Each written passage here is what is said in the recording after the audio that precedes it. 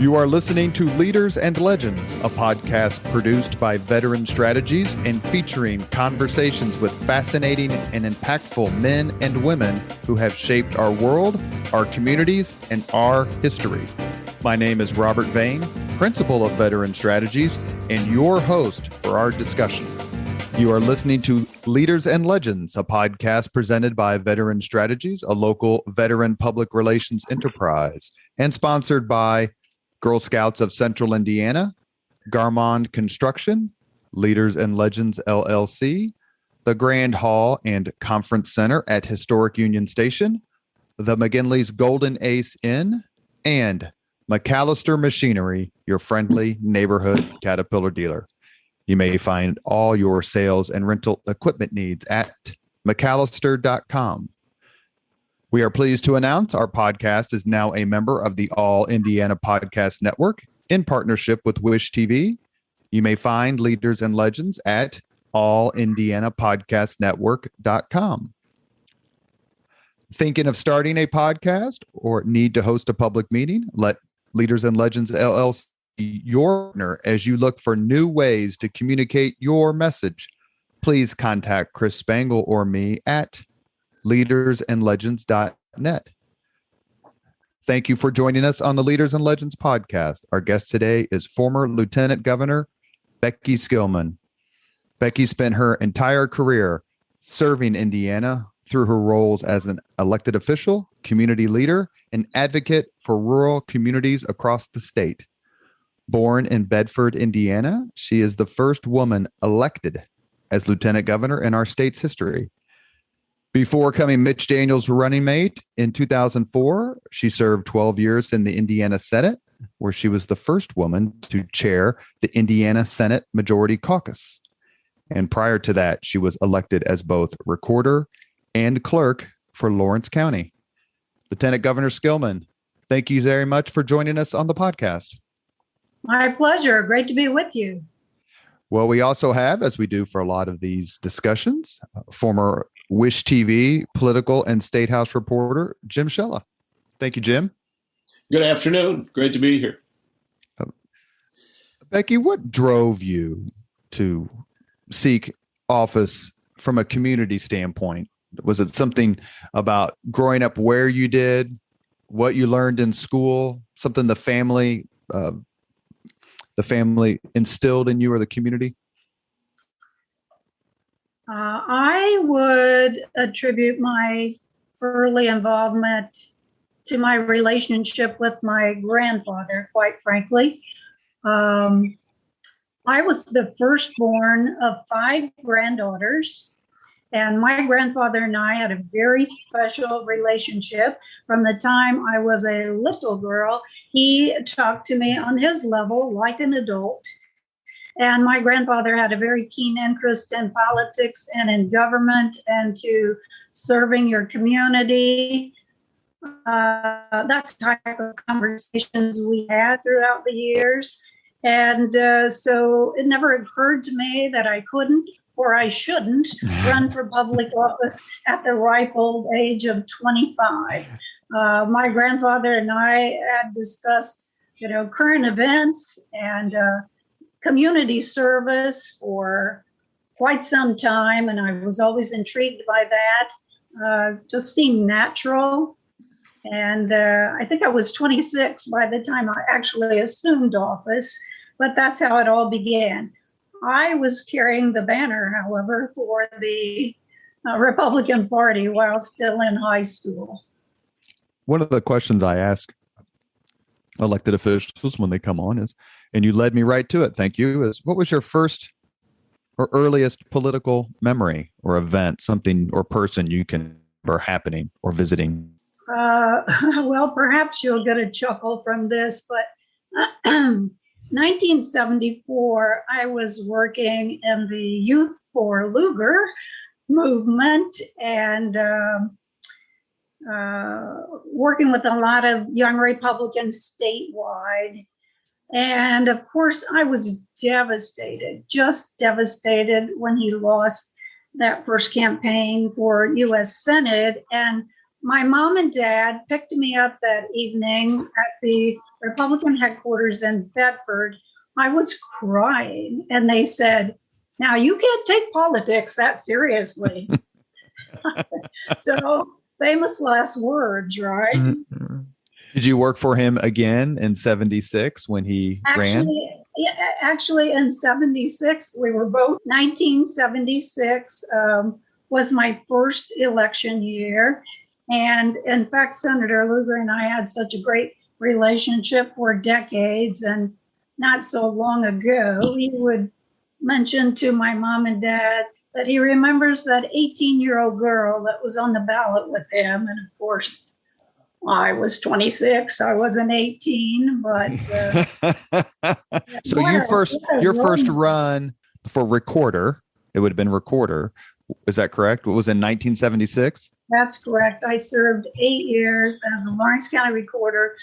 During that period, served as president of the Indiana Recorders Association, and then ran for county clerk, served there for 12 years.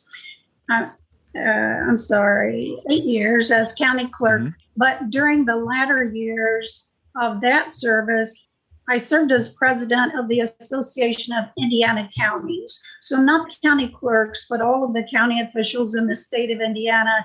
And I traveled the state holding district meetings. I lobbied the legislature on behalf of county government, county officials.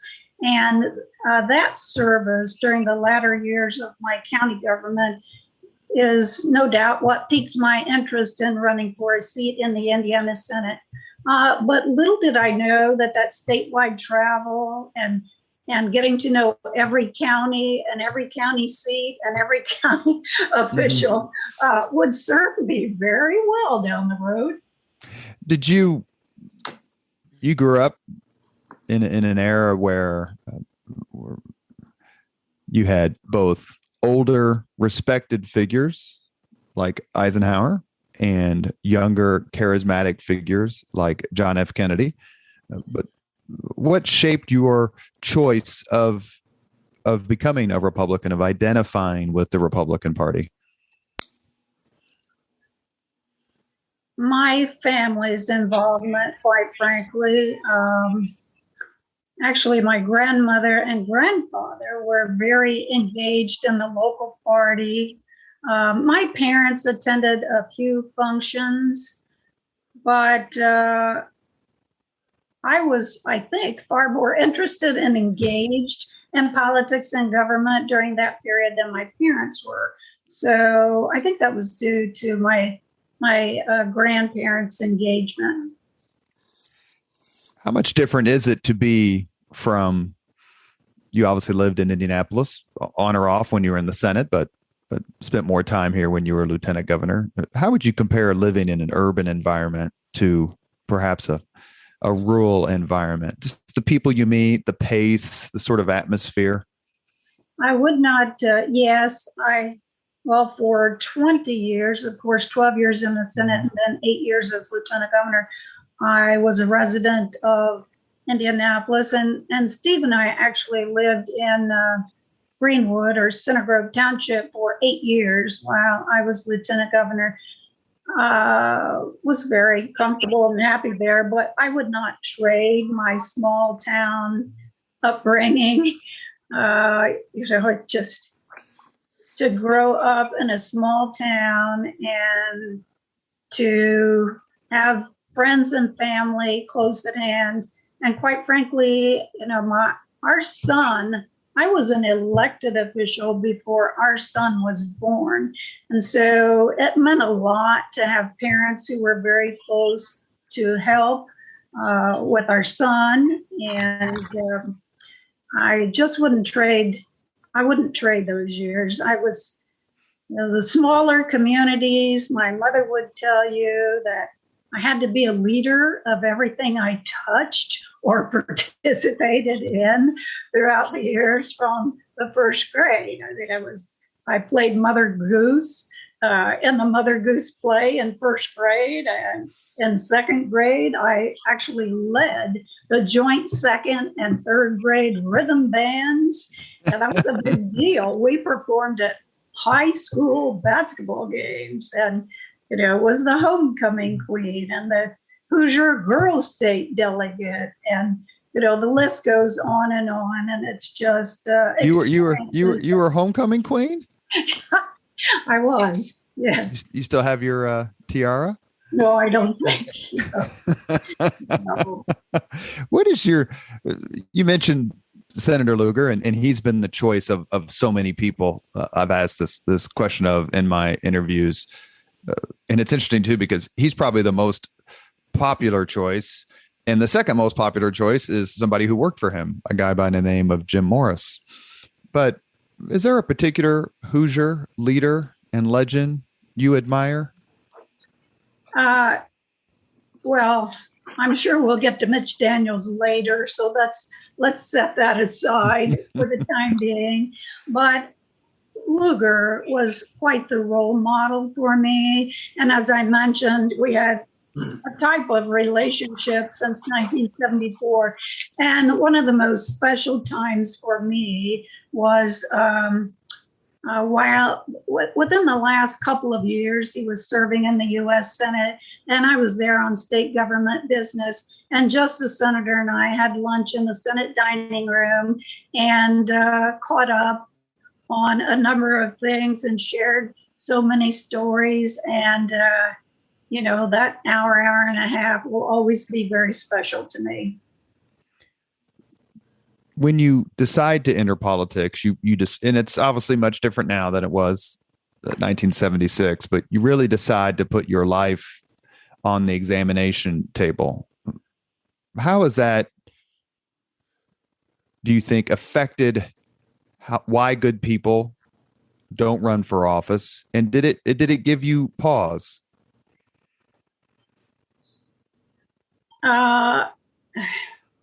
It did not give me pause at the time. I was terribly excited with the thought of, serving the people and working in that county courthouse in 1976.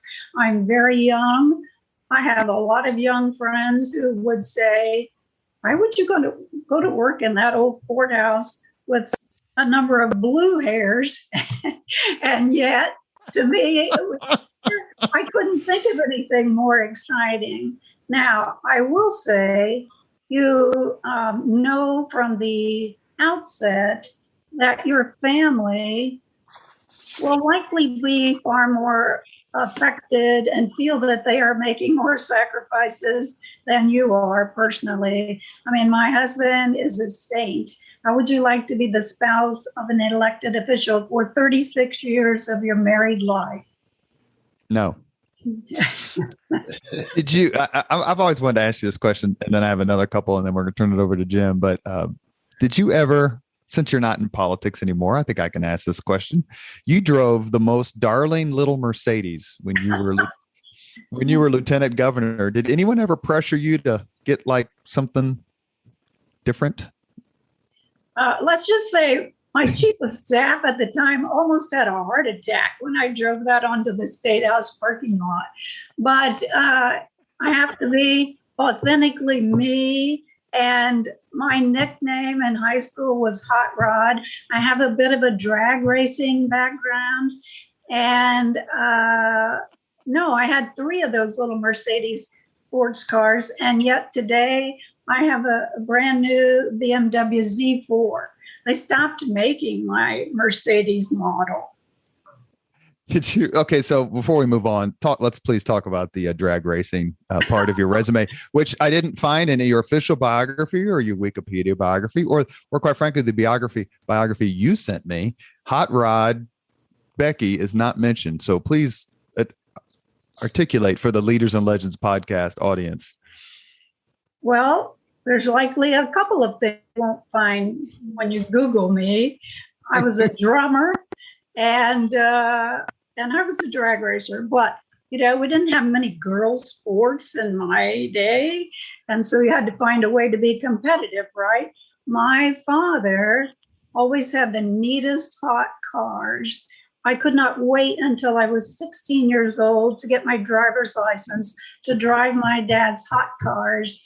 And yes, I did a lot of street racing and or drag racing at the White River Bridge between Bedford and Mitchell. So I think the statute of limitations has expired on that. Shella's not doing those stories anymore, so you're in good shape. That's my confession. I mentioned at the beginning that you come from Lawrence County, from Bedford. So let's talk a little bit. How did you personally handle and feel when the Bedford North Lawrence High School team under Damon Bailey rose to such prominence, not only in the state, but throughout the country? Wow. Oh, how much time do you have? Okay, so our son was in kindergarten at the same school with Damon Bailey in 8th grade. So Steve and I and our son Aaron would attend junior high basketball games at Shawswick, and Dick Vitale and Bobby Knight would be present to watch Damon play. So we have quite a history there. And also Damon's parents, of course, were very close friends of ours. We were there during the state championship basketball game. Excuse me. I think still, if I'm correct, the highest attended high school basketball game in the country. 41,000 people. That's correct. Yeah, it's etched in my memory. So how did you take us through, famously, I think Damon Bailey scored and we would love to have Mr. Bailey on the podcast, by the way, if you have that sort of power, because we're kind of an IU leaning podcast, with no disrespect to Gene Cady, who came on Leaders and Legends and was absolutely fabulous. Coach Cady was a terrific guest, but we've had Ray Tolbert on and Tom Coverdale, and would love to have him. So take us through the final minute or so. Damon Bailey, I think, scores like the final 12 or 10 or 12 points to seal it. What was it like for you to be in that audience? The one thing I remember is jumping up and down, screaming, and I was pulling my husband's sweater, and he said, I'm going to jerk it off his shoulder. But obviously a highly exciting moment in Indiana history, I thought, and so did many other Hoosiers. Making Indiana history is one of the things that our podcast guest, Becky Skillman, has done more than once. And her time as lieutenant governor was transformative, but she had a public service career before then. And we're going to turn it over to Jim Shella and let him ask her about her time in the most beautiful building in the state, and that's the Indiana State House. I think he knows too much. That's why we have him on. I will tell you, my lasting memory of you in the State House, most folks maybe don't understand that that building clears out at about 5 o'clock most evenings. And I would be around to do live reports on the 6 o'clock news often.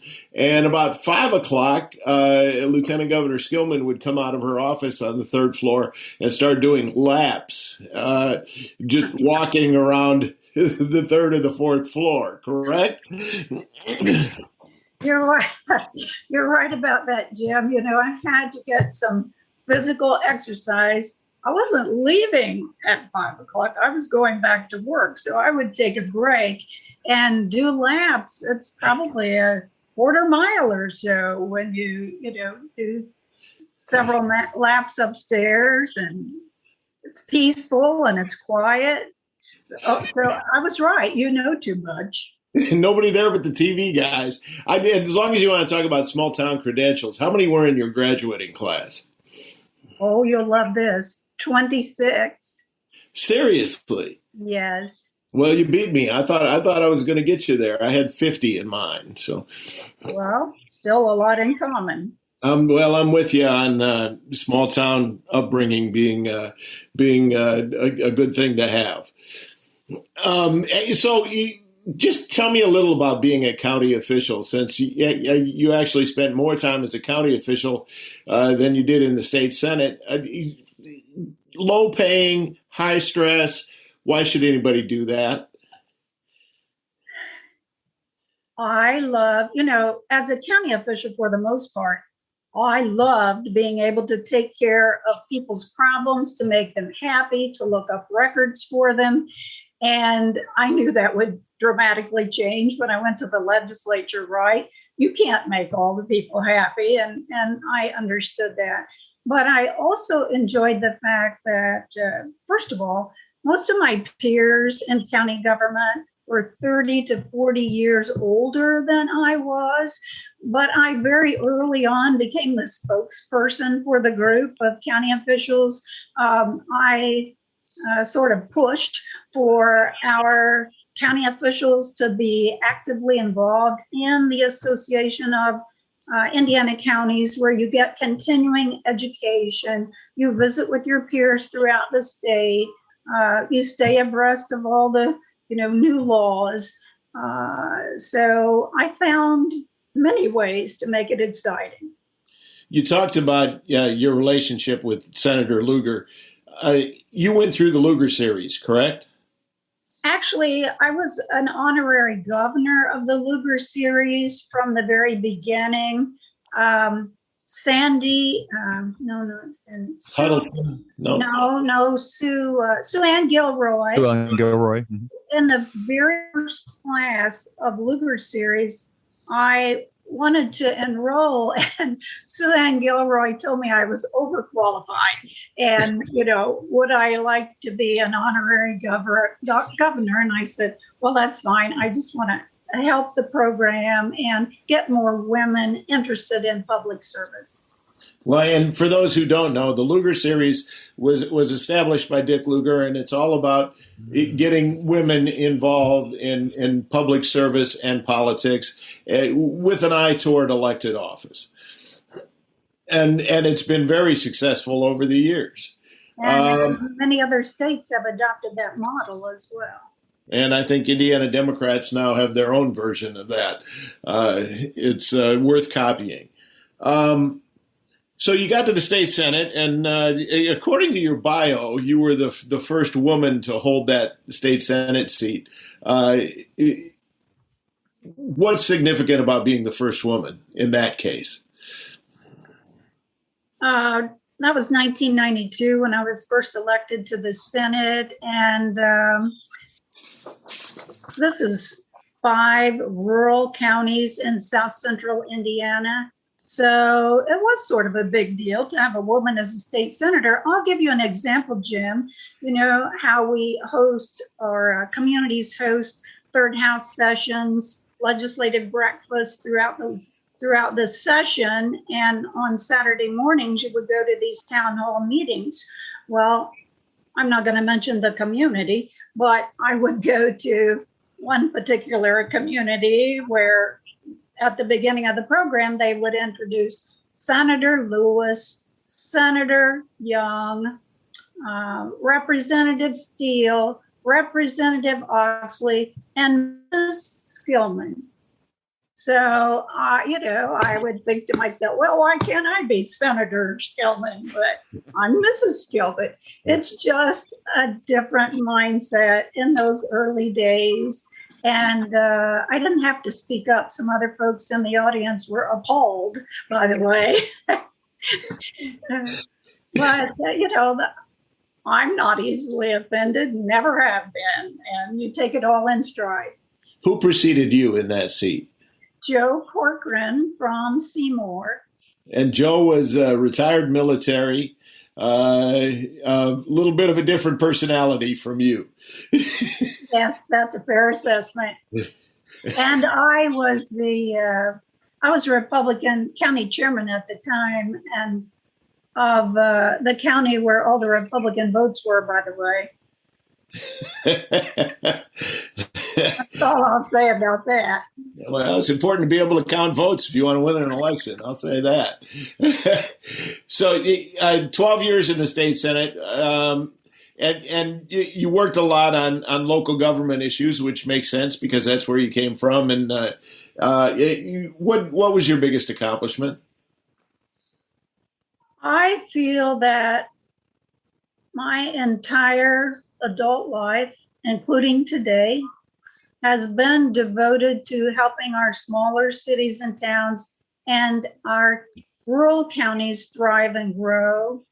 I pushed the administrations at the time while I was in the Senate, in fact, had to author legislation to mandate that the state come up with a rural development strategy and offered to be the one to lead the effort, in fact. And, I had the 5 counties that had above the state average unemployment. So you had to be innovative and creative and think of ways to help these areas grow, whether it be specific tax advantages for businesses that would locate there. And then, went on as lieutenant governor to create the first ever Office of Community and Rural Affairs that's still in place and doing wonderful things across the state of Indiana. You had the benefit of being in a Republican majority your entire time in the state Senate. And I know that currently with a supermajority, that's not always the advantage some people think it is. That the leadership has trouble getting everyone to fall in line on occasion. But during your time, it seemed like the Republicans were pretty monolithic. Was that an advantage? We had there were only 26, I think, Republicans when I came in 92. But yes, I would have friends in the House who told me repeatedly I was spoiled for being in the majority for 12 years. But when you have a very slim majority, it's more pressure on each member, of course. So by the time I left the Senate in 2004, our numbers were much greater. But as a caucus chairman, I still had a lot of pressure to deliver. Sure. So in 2012, you were named running mate to Mitch Daniels. No, 2004. I'm sorry, 2004. I misspoke. I meant to say 2004. And I want to tell you, I had a pretty good run going right about then. I was able to break the story the day before running mate announcements in a number of cases. And I happened to be on vacation when you were named. I broke my string. But you were chosen over Pat Miller, Fort Wayne businesswoman, one of the founders of Vera Bradley. Do you know why you were chosen over Pat Miller? She later became Commerce Secretary, of course. Yeah. Oh, love Pat. We had a great working relationship. We hit it off from the beginning. But I think I know why. We'll have to ask Mitch Daniels. But I had the legislative. He called me the quarterback. He expected me to get our legislative agenda through the General Assembly. I had the legislative relationships in place on both sides of the aisle and in both houses of the General Assembly. And I also knew the real Indiana. I knew Hoosiers from north to south, east to west. Mitch and I had known each other for a while. I think we have complementary personalities, complementary skills, and you can ask him, but I think that's why I was chosen. Well, since you bring up your relationship with Mitch Daniels, I think it's important for listeners of this podcast to know that you had a sense of humor that wasn't always evident to others, but I think was best displayed when you introduced Mitch Daniels one night at the Press Club Gridiron dinner. Do you remember? That was fun. One of the greats of all time, and I have to know who wrote it. because he's a longtime friend of mine who worked with you on that speech. And he said Becky's sense of humor really, really came through as we were writing that. He goes, she had some really funny things she wanted to say. And I'm sorry to interrupt you, Jim, but I just laughed out loud again at the memory of that introduction. Well, I'm pretty sure she's got the key line in that. I'm guessing you have committed to memory, and I got to ask you to repeat it here. Now, are you talking about the first blow? Yes. The shadow. Yeah, that's what I thought. Do you know how difficult it is to walk in Mitch Daniels' shadow and then scrunch down? Really difficult. I believe you said the sun has to be just right. Yeah, you embellished it a little bit. It was as someone who has performed at the Gridiron Dinner several times, I can tell you that when you get up on that stage, you have no idea if the crowd's going to laugh. By then you've repeated your lines so many times they're no longer funny to you, and so it brings about a special kind of fear. But that one hit in ways that very few lines have. Well, he was also waiting in the wings watching me.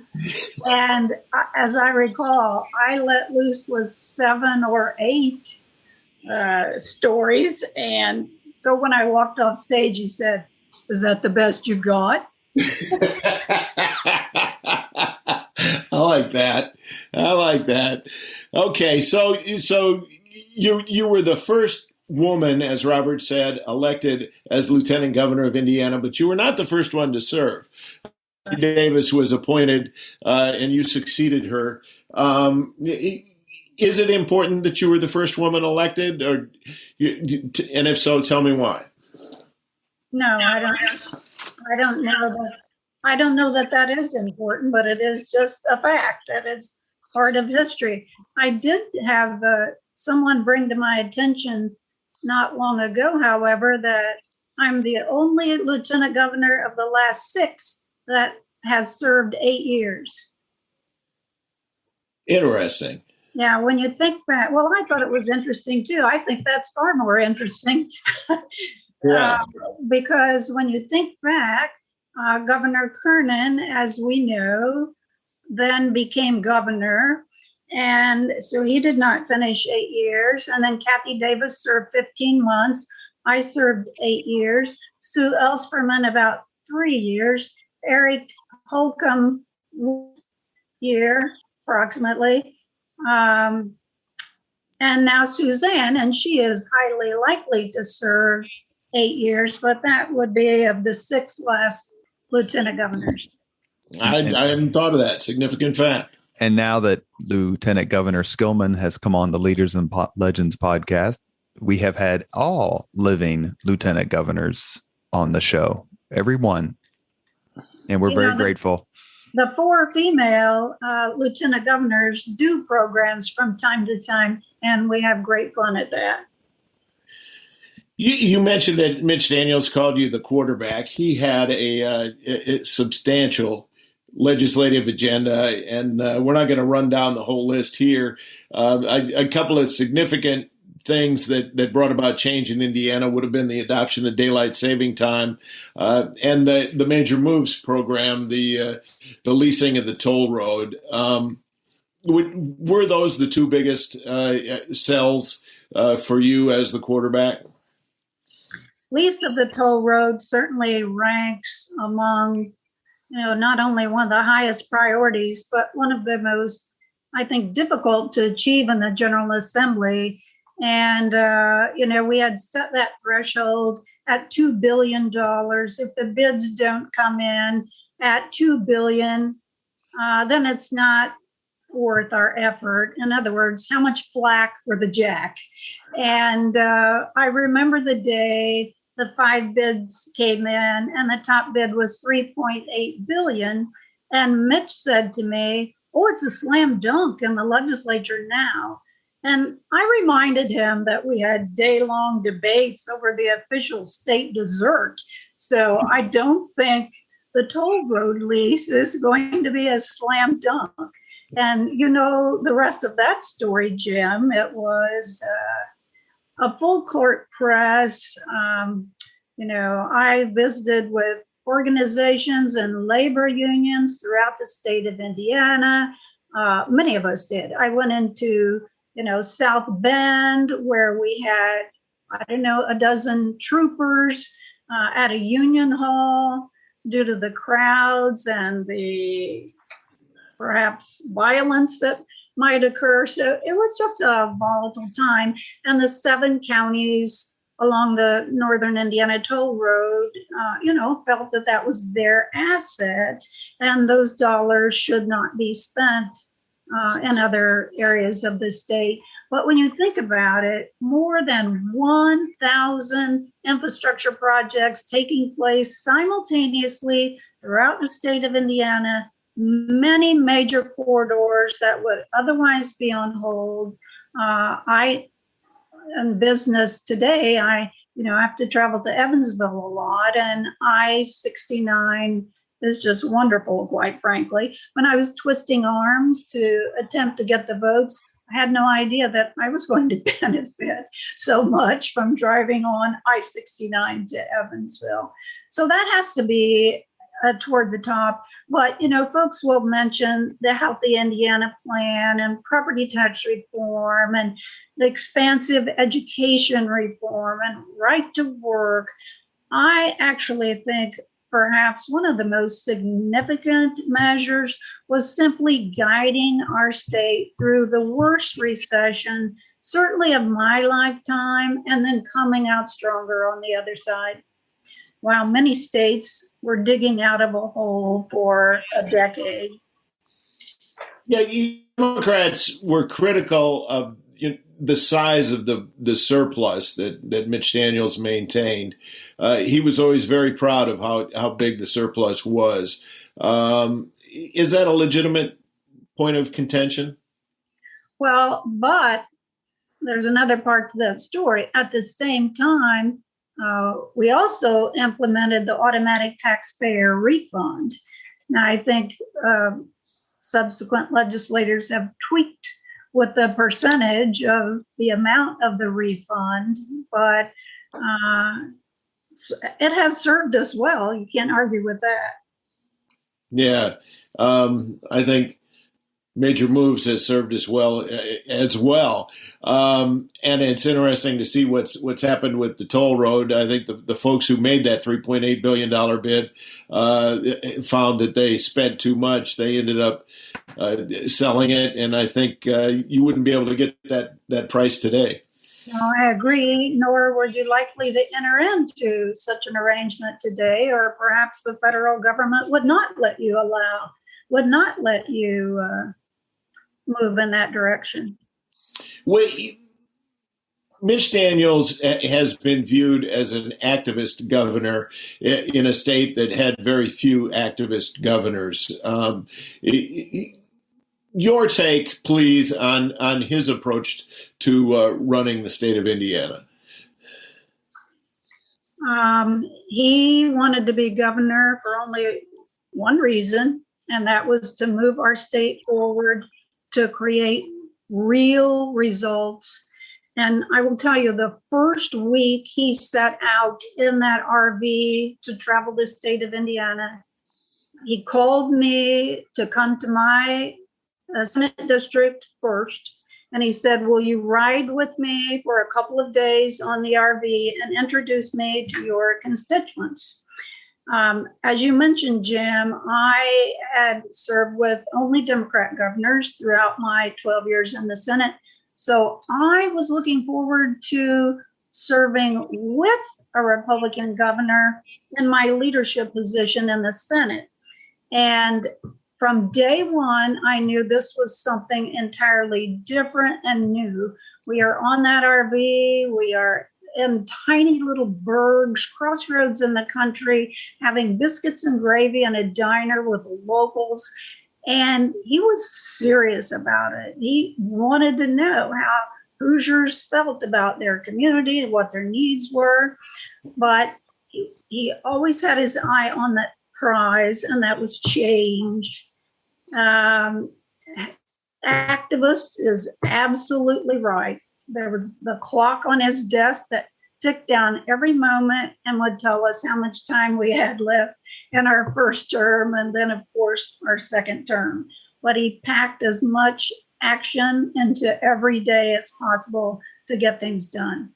I could tell you, oh no, I won't. No, go ahead. No, go ahead.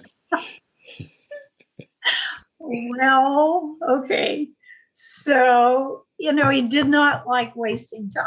So there were times when during special session, and we would be there on a Saturday and a Sunday during special session. So I would preside in the Senate for a period. You know how often you take breaks to get more conference committee reports in. So I would preside in the Senate. No, he was sitting down there in his office, not happy. And so I'd run down his office to check him. And one day he's just sitting there playing drumsticks with his pencils, and biding his time. And he said, "You can put my ass in that RV and drive me all over the state for 16 months, and I won't get as tired as I am sitting here waiting on the legislature to do something." And so I have no doubt. But that's a lesson every governor learns. I do believe they talk about the legislature being a deliberative body. Deliberative is kind. No, Mitch would not, and he is the first to say he would not fare well in a body of 50 or 100 individuals, including U.S. Senate. And he had the opportunity to be there, but he would not fare well in a body of 50 or 100 individuals attempting to make a decision. He's the general. Right. I did a story. If I could, just to follow the thread here, I did a story at one point about how Joe Kernan, who was running against Mitch Daniels in his first race, had a donor at lunch one day and was telling him about his Southern Indiana strategy, and didn't know that Bill Osterly, the Daniels campaign manager, was at the next table listening.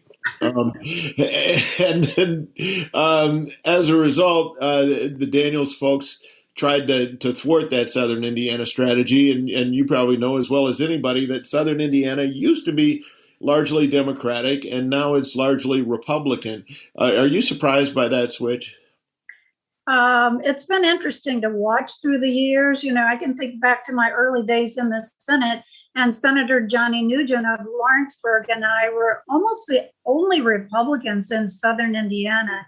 And, over time, so many Democrats switched because Southern Indiana is just conservative. I mean, my Jackson County that I represented in the early days was very Democratic, but I always said they were among the most conservative constituents I had.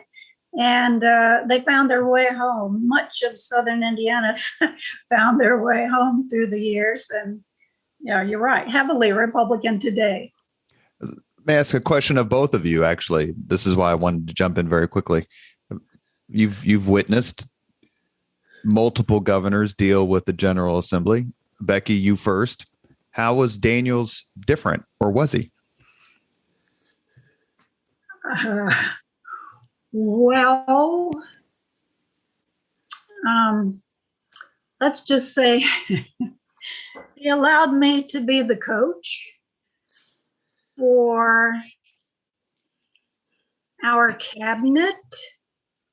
We had a very impressive lineup of business leaders, many of whom had made their fortune and thought, well, this would be interesting, to provide a public service for a year or two. And then I can be grooming someone to take my place. While actually a few of them stayed for the entire 8 years. But some acclimated to state government easier than others. So they needed a little coaching about, approaching the General Assembly, how to do that, what to say, what not to say. Mitch was, he had built a lot of relationships while on the campaign trail, meeting legislators. He did not hesitate to ask for what he wanted and for what we needed, and was excellent at doing that, quite frankly. I mean, we met regularly with, early on, the four of us, Bob Garton, Brian Bosma, myself, and Mitch met every week. As you know, we lost the majority in the House, and then it was Pat Bauer, Bob Garton, myself, and Mitch. And then as we move forward, David Long and Bosma. But yes, the communication was constant. The good, bad, and the ugly. Jim? Well, I think we'd love to hear some of the ugly stories. Excuse me. I want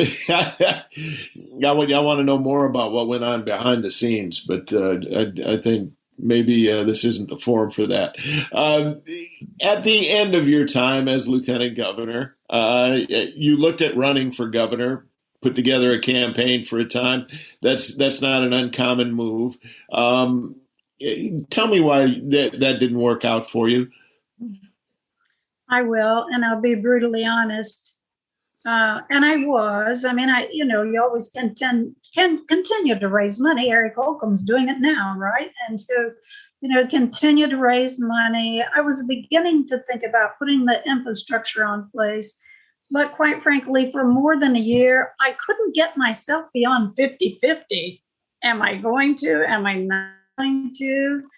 And that's not a good thing, right? Because I was so passionate when I ran for every other office along the way. It was like, get out of my way, here I come. And I didn't feel that way this time. And I would rationalize by saying, too much. It's a very serious step. The good, bad, and ugly. You're not supposed to get highly excited about it. Mitch treated me like his equal. I'd done everything that he had done almost, And I woke up one morning and I thought, you know what? I never announced, but I woke up one morning and said, you're just moving forward out of expectation and obligation. You don't want to disappoint your staff and so many friends and supporters. And I knew that was not the right reason to run. And once I made the decision and announced it immediately, even Mitch asked if I wouldn't reconsider. But the moment I announced I was not running, and I was dealing with this minor health issue at the time that has since been resolved, but I was so peaceful beyond that time and knew it was the right decision. And little did I know I would go on to have, great reward and service on the private side. Candidates and the people who advise candidates often talk about the fire in the belly. And right. What you're saying is you didn't have it. I did not. I had it, but I think I had it for 36 years. And I think 36 years was enough. It's very important to know when it's time to go. I have friends who were taken out of office under unfavorable circumstances. And, I'm glad that I knew when it was time to go. Well, and that's maybe the toughest decision that some people ever make. It's, it's always best to go out on your own terms. Exactly. One of the things that comes through in every elected official, we'll just keep it there, political official I talk to, and Jim and I have talked about this before. When people would ask me, hey, I'm about to have a meeting or a conversation with Greg Ballard, my former boss, mayor of Indianapolis. They're like, what should I say? Or Ballard's not much on small talk. And I would always say, it's really easy. Compliment his staff. And if you compliment his staff, he'll be putty in your hands. It worked every time because Greg Ballard was immensely proud of the group of men and women who worked for him.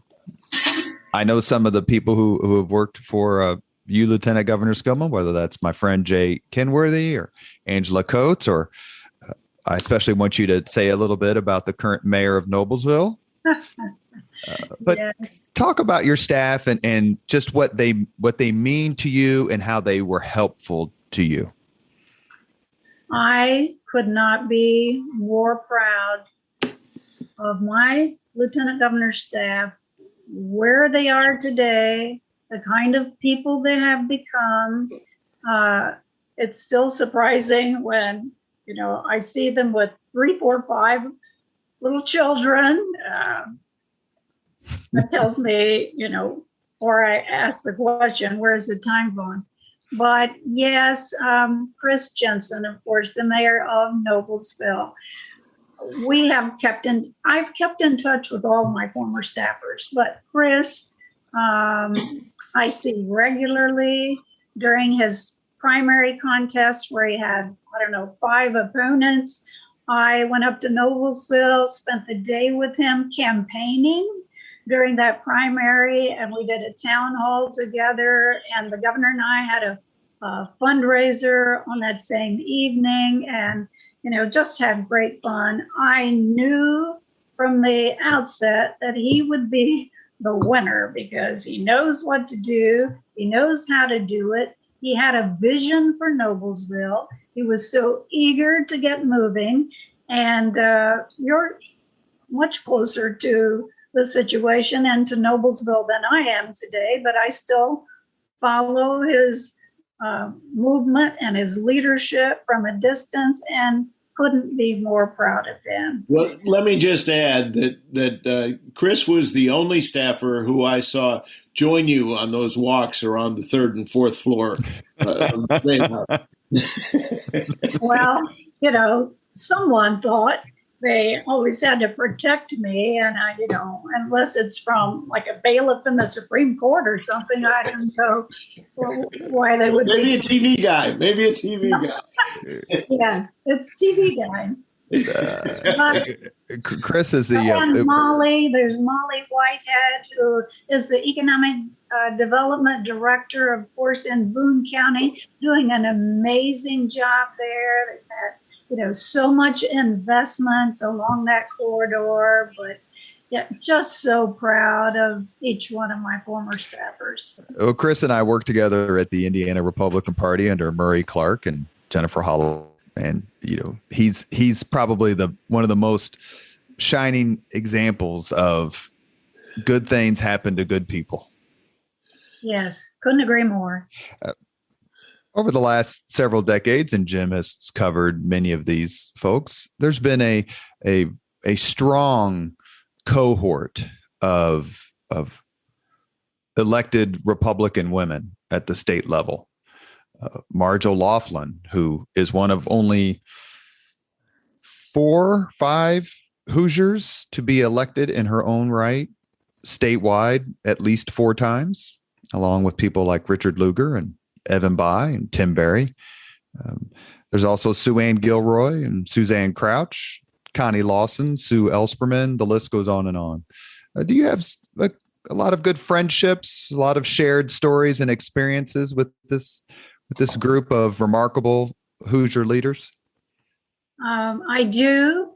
And Connie Lawson is one of my very best friends.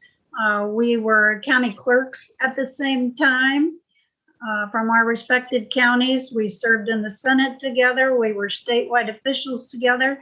And we're going to Tucson together just in a couple of weeks. But I've told her, how fortunate she was to have so many women in statewide office around her in the state house, because during my time, it was myself and 5 men. And so, I think she was a little bit spoiled as well. But Sue Ann Gilroy, of course, yes. Actually, Marge Laughlin, I've known since she was in statewide office very early on, clerk of the courts. And a lot, when you think about it, there were a lot of women elected early on in our state's history.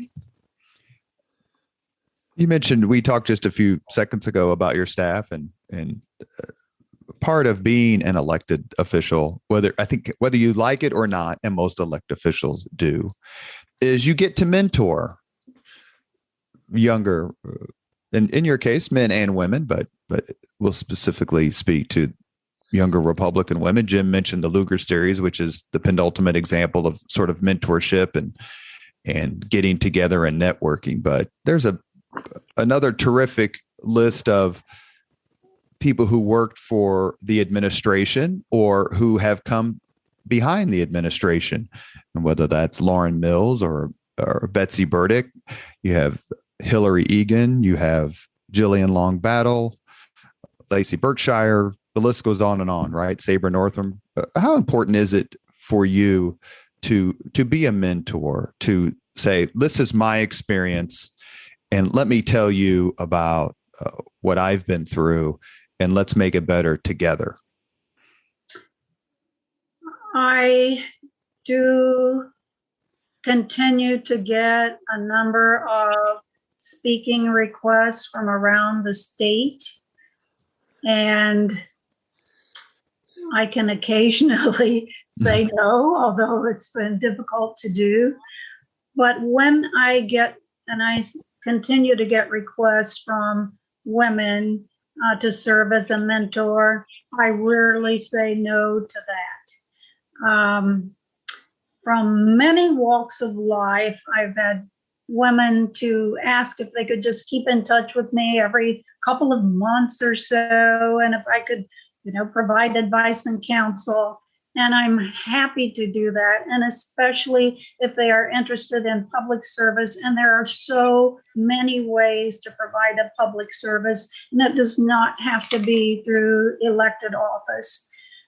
I also serve as a mentor for the Mitch Daniels Leadership Foundation fellows. And I will tell you, the past 2 years, I have mentored young men, however, not women. And that's been a great experience as well. And a great cause and a great foundation. I'm going to jump in here. Go ahead. I just want to offer one more story, because I think it's good for folks to know what kind of sense of humor Becky Skillman has. She and I were both in attendance at Richard Lugar's funeral.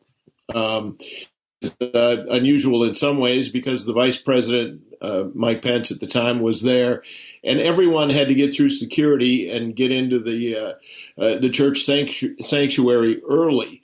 And then there was time to just mill around. It was, a social period. And we had assigned seating, and I had an idea where I was sitting, but not exactly where. And I knew which side of the church it was on. And so I went over there, and I saw Governor Skillman, and I walked up, and we started a conversation, had a very nice conversation. And then the time came to sit down, and we were shown where we should sit. And it turns out we were sitting next to each other. And at that point, she turned to me and said, "Well, I guess that was 15 minutes wasted." I don't remember it that way. Hey, Becky, Jim hears that a lot when he's talking to politicians. I thought it was brilliant. That was a beautiful service, was it not? I was lucky enough to take P.E. McAllister there, and it was a terrific service. Lieutenant Governor, wonderful tribute. And I'm just laughing at at Jim Morris and Mitch Daniels giving each other a hard time from the podium. It's just those kind of things you don't see every day. And especially at a funeral. Especially at a funeral. That's right. Lieutenant Governor, talk a little bit in the last few minutes before we get to the 5 questions, what you're doing now, because I know you're still serving the community, still serving Hoosiers. Well, yes. Before leaving public office, quite frankly, I expected to serve on perhaps corporate boards, continue all of my volunteer activities. And just 6 weeks before Governor Mitch and I left office, the president and CEO of Radius, Indiana, the 8-county Economic Development Corporation, the CEO passed away unexpectedly at 59 years old. So I had the chairman of the board and another director came to visit me at the State House and asked, could you come home? Would you come home to lead this corporation? And little did they know that Steve and I were already building a new home on Lake Monroe. And, I gave it some thought and decided it would be a great way to help my home region of the state, having these good relationships in place with state government agencies, with federal agencies, with economic development professionals throughout the state of Indiana. I did not pledge to stay in the position for 10 years, however. And so I really enjoyed rebuilding and rebranding Radius, Indiana, getting these 8 counties to collaborate. And then after a 4-year period, traveling the state, traveling the country, visiting with site selectors, talking about South Central Indiana, I knew it was time for me to search for a CEO to take the organization to the next level, which I did in 2017. So I stayed in the role for 4 years, and I continue on as chairman of the board. In fact, we just last night hosted the Consul General of Japan and had all of the mayors and economic development professionals, congressional representatives at a great dinner at the French Lick Hotel, still telling the good story about all of the assets in our region of the state. In addition to that, I serve as the lead director on the corporate board of Old National Bank. And Old National is the oldest and the largest bank headquartered in the state of Indiana, now serving 5 states. And we just announced in June a merger of equals with First Midwest Bank out of Chicago. So I'm spending a lot of time, especially during this pending merger, not only in Evansville, but I've been in Chicago as well. And just waiting on the Federal Reserve to approve that merger, and then we'll be a close to $50 billion company. One of the things that you and Jim discussed talking about your elective career was, how much different it was back then. Jim and I just did a podcast with Evan Bai. He talked about it as well. It's been a theme. We don't do big P politics on the Leaders and Legends podcast because we want it to be comfortable and fun. But who were some of your friends on the other side of the aisle as you were serving both in the Senate and as Lieutenant Governor? Oh, there were so many. Well, there were so many. Oh my. Okay, so in the Senate, my colleagues, Jimmy Lewis was the caucus chair while I was caucus chair, and we represented nearly same areas or neighbor areas in southern Indiana. Richard Young was a good friend. Lyndall Hume was a good friend. Vi Simpson and I shared Monroe County and were together a lot. I think they were all my friends on the Senate side. Senator Lannon, and I had mutual friends in Anderson, some of my relatives, by the way. On the House side, Peggy Welch and I represented some of the same areas. And when she was in the majority in the House Representatives, and I was a majority, of course, in the Senate, we would trade our legislation across the aisle, and she was great to take care of legislation I authored. I did the same for her. There were just so many friends along the way. One of the things that I've asserted in this podcast and on some TV stuff that I've done is that, and you mentioned it earlier about traveling, and that one of the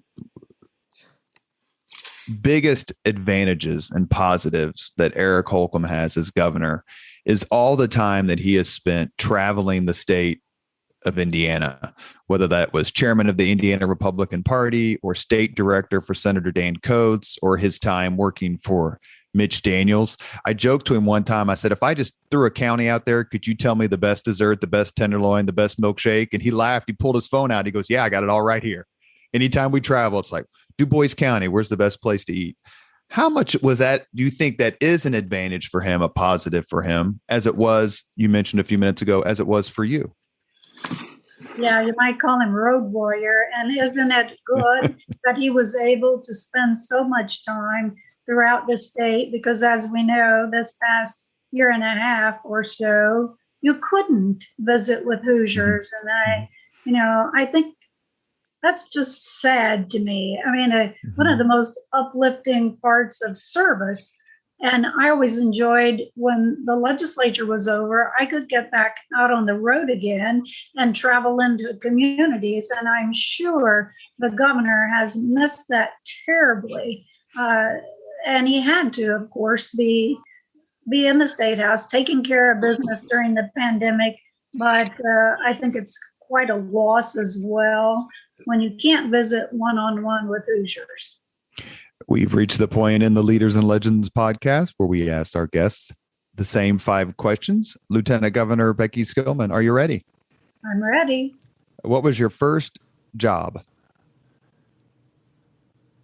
My first job was as a dental assistant.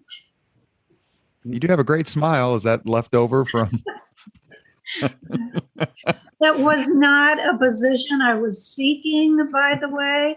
I took my younger sister for her dental appointment, and the dental assistant manager of the office, this was like the day after I graduated, and she asked if I would be interested in a job, and I said, well, what did you have in mind? And she said, we could use your help around the office. And that's how it started. Did you ever go back to the office after you were a senator or lieutenant governor? I did. Actually, the Dr. Bagby passed away. But yes, I still go to the same dental office for my dental care today. That's so great. Except for the period I lived in Indianapolis. Number 2, what was your first concert? Okay, I can come close.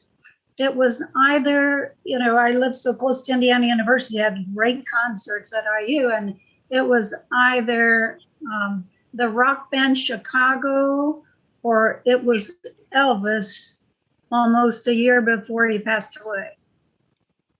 If you could suggest any book for someone to read, which book would you recommend?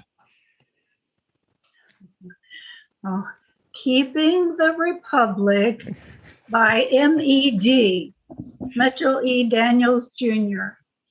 And you said recommend a book, so perhaps even more relevant today than when he wrote it. It's a great point. Number 4, if you could witness any event in history, be there as it happens, which event would you choose?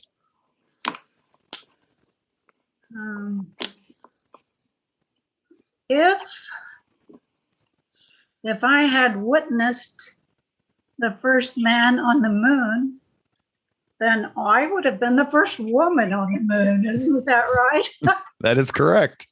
No, I just think it would be terribly exciting to go where no one has gone before. Number 5, last question. If you could have dinner with anyone living today, 2 hours off the record, talk about anything you want, whom would you choose? Well, this might not be at all what you would expect because it's authentic and I could actually make it happen, and it is long overdue. I need to follow up with my good friend, Congressman Lee Hamilton.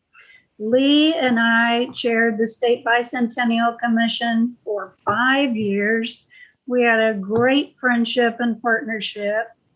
My old Senate district sat nearly inside his congressional district, so we've known one another for decades. But since the end of 16, when the bicentennial celebration ended, I've been derelict in following up with him. So, Robert, I think I'm going to call my friend Lee Hamilton. I think one of the reasons we had such a special relationship is because we both served during a period where we had great friends on the other side of the aisle. We knew that we had to compromise to move the state forward or to move the nation forward. We knew we were not going to get 100% of what we wanted, but we made great progress along the way. And Lee and I have had lunch many, many times, but not recently, and I need to catch up with him. I can only imagine how amazing 2 hours off the record with Lee Hamilton would be. He came to Bedford to speak for me. I host, it was not my idea, but Lawrence County hosts a Becky Skillman Leadership Institute for one full day every summer. And we have speakers that come in to provide inspiration. And Lee Hamilton has accepted my invitation. And he has spoken at that institute. Mitch Daniels has spoken at the institute. Dan Coates. And the list goes on. And it's not a partisan thing, obviously.